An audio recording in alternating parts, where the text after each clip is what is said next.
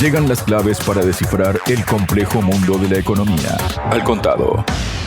El vicepresidente del Banco Central Europeo, Luis de Guindos, ha admitido que los datos más recientes indican una desaceleración de la actividad en la eurozona al cierre del 2023, confirmando así la posibilidad de una recesión técnica en el segundo semestre del pasado año. Para hablar sobre este tema y asuntos vinculados, estoy junto al presidente de la consultora ECAI Center, Adrián Celaya. Adrián, bienvenido a Radio Sputnik. ¿Cómo estás? Hola Javier, encantado de estar con vosotros, contigo y con Sputnik, por supuesto. Muchísimas gracias, Adrián. Bueno, en un discurso inaugural del Spain Investors Day, el ex ministro de Economía español de España, ¿no?, ha calificado como decepcionante la evolución del crecimiento económico en la eurozona, donde el Producto Interior Bruto, el PIB, se contrajo un 0,1% en el tercer trimestre. Esto me imagino que es una cuestión global, ¿no? Además, de Guindos ha señalado que los datos sugieren una caída en la eurozona también en diciembre, lo que confirma, según sus palabras, la posibilidad de una recesión técnica en la segunda mitad de 2023 y perspectivas débiles en el corto plazo.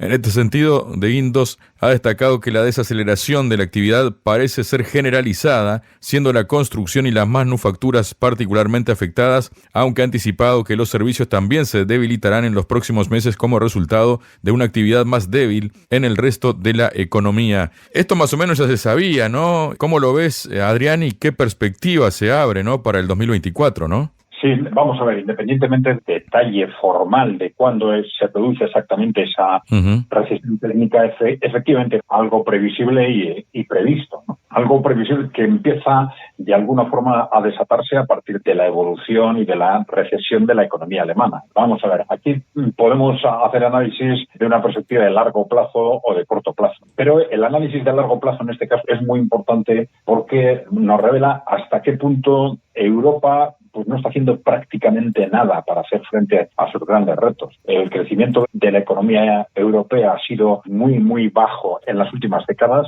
pero en los últimos 15 años esto se detecta clarísimamente si vemos las cifras de productividad, con un crecimiento anual inferior de forma constante como media al 1%. Es decir, es una economía estancada, ¿no? Bueno, ¿qué hemos hecho para hacer frente a ese estancamiento? Prácticamente nada. Lo que ha sucedido en los 2 últimos años es que, haciendo frente de alguna forma a los nuevos retos del choque geopolítico que se produce a partir del estallido en Ucrania del 2022, pues hemos tomado una serie de medidas claramente agresivas contra la propia economía europea. Una economía que, ya he dicho, estaba estancada. Tomamos, por razones geopolíticas, no sabemos muy bien en qué medida las tomamos o nos obligan a tomarlas, una serie de medidas que rompen las bases de nuestra economía. La primera de ellas, muy clara, el corte con la economía rusa y en particular el corte al acceso a la energía barata rusa. Ya sabemos, uno de los pilares básicos fundamentalmente de la economía de los países del centro y del norte de Europa, Alemania muy especialmente, que destruye las bases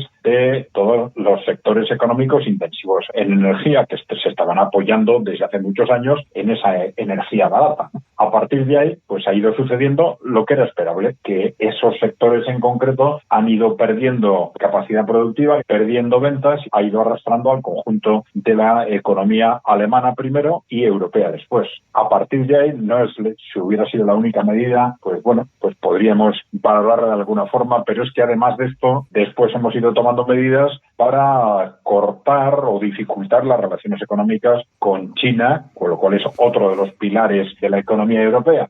Y esto, desde luego, no por intereses propios de Europa, pero bueno, también se supone que por razones geopolíticas. El caso es que, al final, llevamos 2 años tomando una serie de medidas, vamos a ver, como si fuésemos no solo los líderes económicos del mundo, sino que todo nos estuviera yendo bien, cuando en realidad el punto de partida ya era tremendamente negativo, una economía letargada y durante al menos, vamos a decir, 15 años, pero es que además con una evolución económica soportada artificialmente de forma insostenible en un incremento constante de la deuda y en el hundimiento demográfico. Dos elementos claves que nos están diciendo que eso ya no era sostenible. Si a esto además le añadimos este disparar nosotros mismos a las bases de la economía europea, pues sabemos evidentemente que lo lógico, si partimos de una economía que está creciendo al 5%, pues decir, bueno, pues vamos a entrar en una dinámica de crecimiento más bajo como consecuencia de lo que estamos haciendo. Pero si partimos de una economía que está en estancamiento, creciendo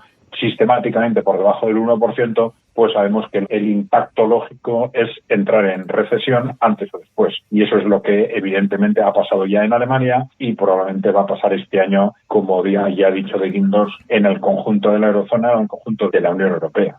Adrián, por otro lado, la Comisión Europea ha dado un paso más en la guerra de subsidios desatada con China y también con Estados Unidos. Mencionabas China hace unos instantes tú, después de que Joe Biden impulsara la ya comentada, la famosa, la hemos comentado muchísimas veces, ¿no?, la ley de reducción de la inflación, la IRA, con la que pretende dar ayudas multimillonarias a las empresas que eligen, de hecho ya las está dando, ¿no?, a su país para producir. El asunto es que en respuesta Bruselas ideó un mecanismo para permitir a los 27 igualar esas ofertas y este lunes se ha producido la primera autorización bajo ese sistema denominado Matching Aids al avalar una ayuda de Estado de 902 millones de euros de Alemania a la compañía sueca Northvolt para que construya una fábrica de baterías en la ciudad de Heide en vez de hacerlo al otro lado del Atlántico. Esa gigafactoría producirá baterías eléctricas, una de las piezas más preciadas para los coches eléctricos que se han convertido en la nueva batalla geopolítica. La planta tendrá una capacidad anual de 60 gigawatts hora, lo que supondrá la producción de entre 800.000 y 1 millón de vehículos eléctricos al año que comenzará en 2026 y alcanzará su plena capacidad en 2029, según cálculos del gobierno alemán y la Comisión Europea, dependiendo del tamaño de la batería.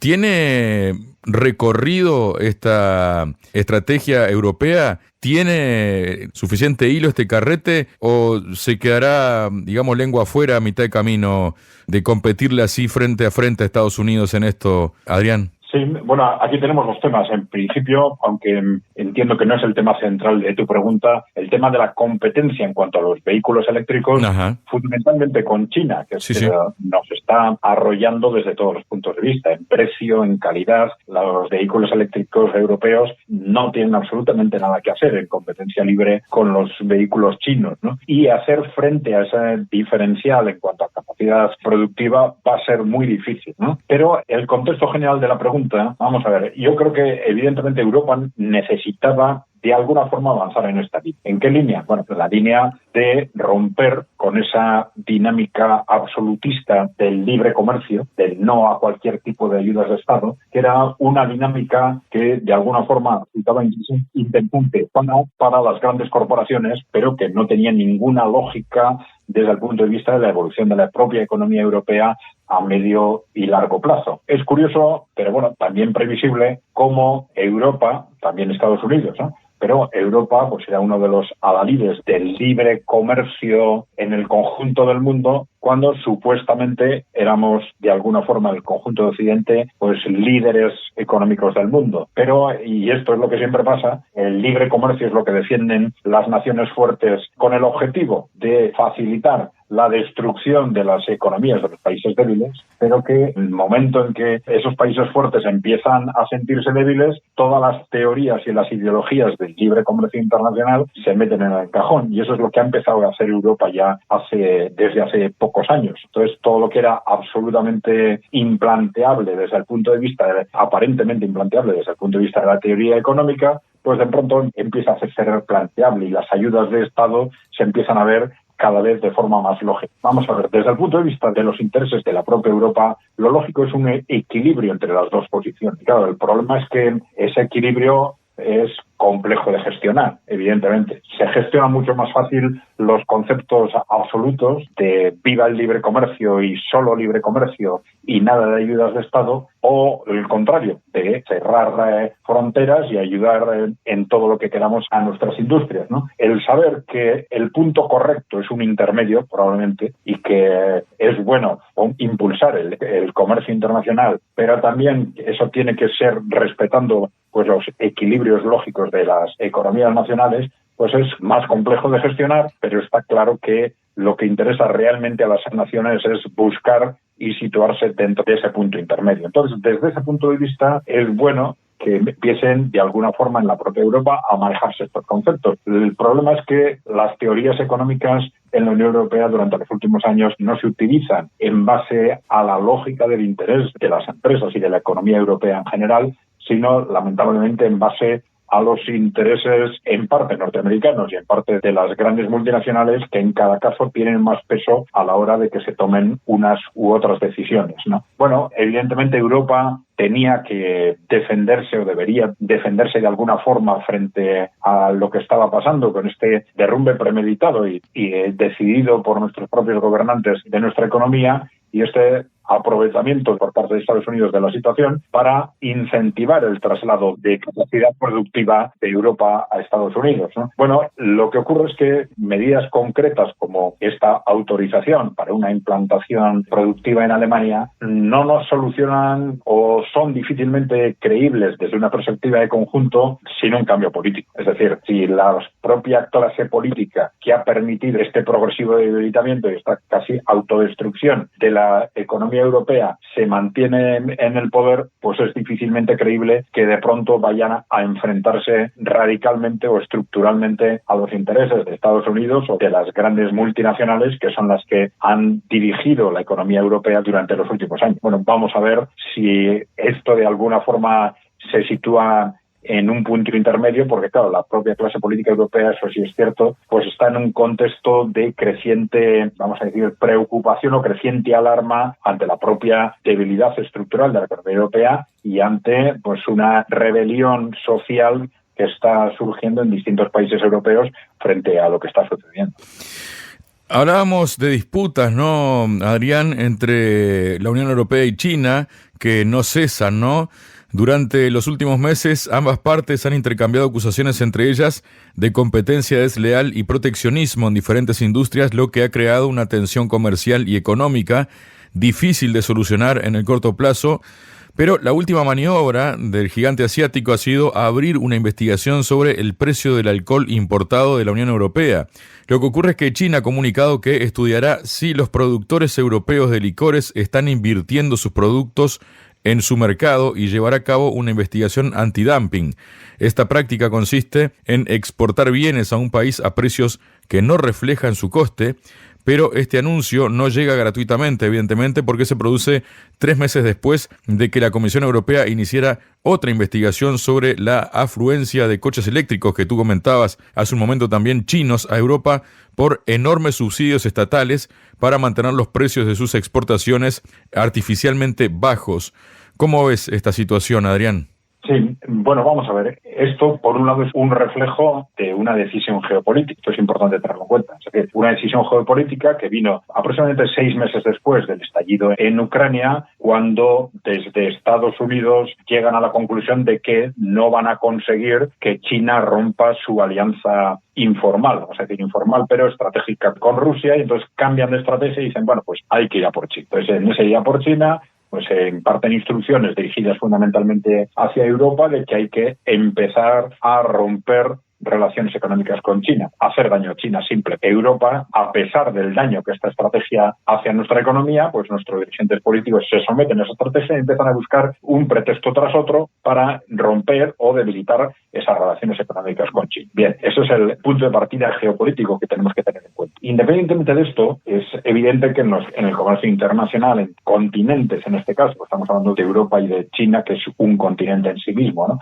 Entre continentes, pues evidentemente hay la complejidad de productos, sectores que están en liza, pues genera todo tipo de situaciones, y algunas de estas situaciones, pues bueno, pueden perfectamente analizar y detectar si efectivamente hay o no una situación de dumping, de dumping en función del cual, como tú has comentado, produciendo una venta, una exportación de productos. Normalmente la referencia que se adopta es si se están vendiendo esos productos más bajos en el extranjero que como se venden en el país de origen. Y ese es el punto clave para detectar si efectivamente hay o no hay dumping, ¿no?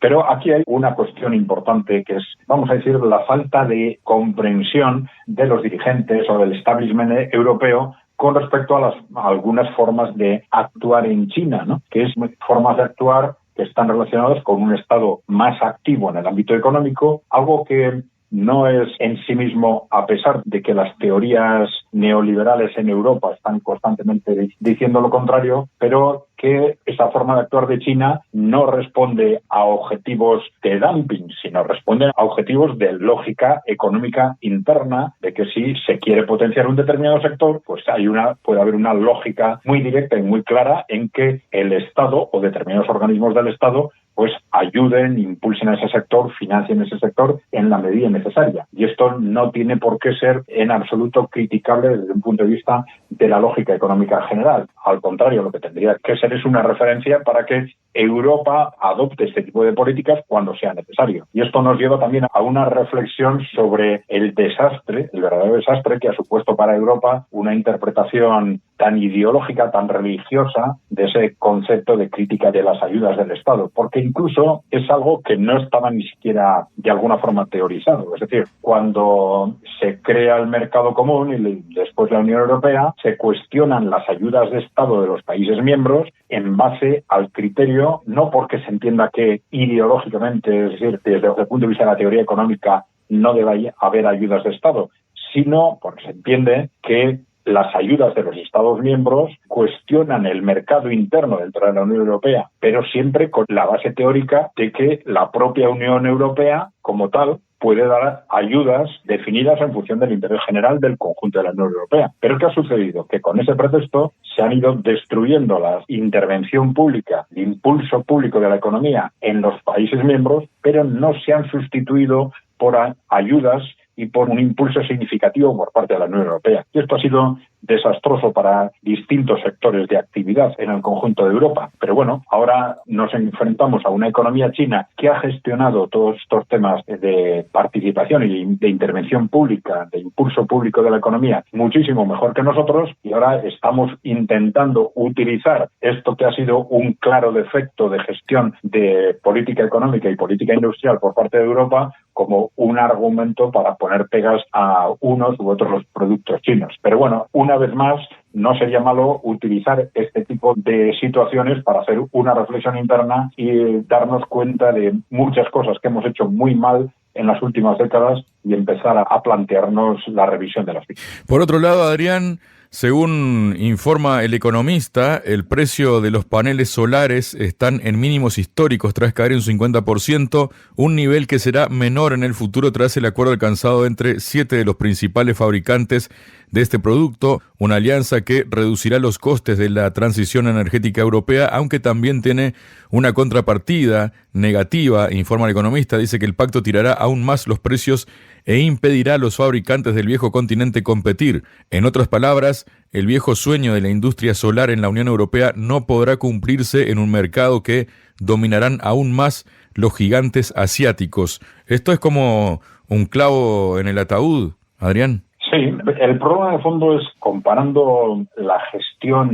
europea de la política energética con la de otras regiones del mundo en general. Claro, hemos hecho y seguimos haciendo una gestión ideológica, claramente ideológica, yo diría que incluso religiosa, casi, de la política energética, ¿no? En base a mitos que además se gestionan de forma distinta en cada país. Es decir, mitos de la energía limpia que llevan a Francia a apostar a toda costa por la energía nuclear, pues se interpretan en Alemania de forma absolutamente contraria y la energía nuclear desaparece, ¿no? Algo que en principio es absolutamente contradictorio con lo que se supone que es la preocupación fundamental dentro de las políticas medioambientales, que es la teoría del cambio climático. Si realmente el mundo va al desastre como consecuencia del cambio climático, lo lógico hubiera sido llenar Europa de centrales nucleares, que evidentemente tienen sus problemas medioambientales, pero si realmente el mundo va al desastre como consecuencia del cambio climático, pues la consecuencia debiera haber sido perfectamente clara. Otra cuestión es que, claro, si esos conceptos religiosos los llevamos a la práctica, pues nos entran serias dudas de quién entre los interlocutores políticos realmente se está creyendo lo que dice o no se lo está creyendo. Pero el caso es que nos encontramos, si comparamos, por ejemplo, el contexto de Europa con el de China, es una buena comparación porque son, digamos, dos continentes que los dos son deficitarios en energía.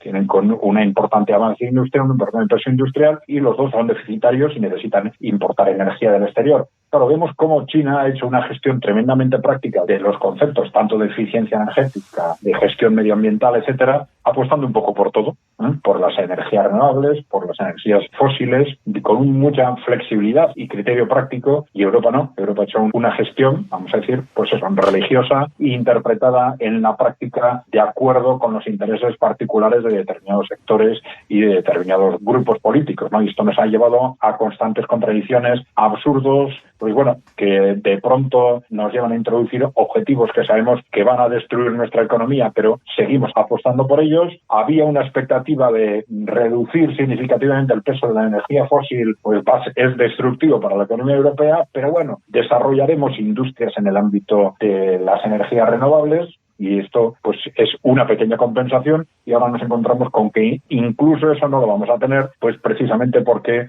pues China es muchísimo más eficiente que nosotros, digo, en precio y en calidad, en coches eléctricos, en paneles solares, en prácticamente todas las actividades relacionadas con las energías renovables. Bueno, vamos a ver cómo se gestiona este caos de la política energética y también de las políticas medioambientales en Europa, pero bueno, introducir de alguna forma un punto de racionalidad, o quizás dejarnos influir por, digamos, la racionalidad de la gestión de las políticas económicas en los países emergentes como en Rusia y China, no sería un mal movimiento por parte de los líderes europeos.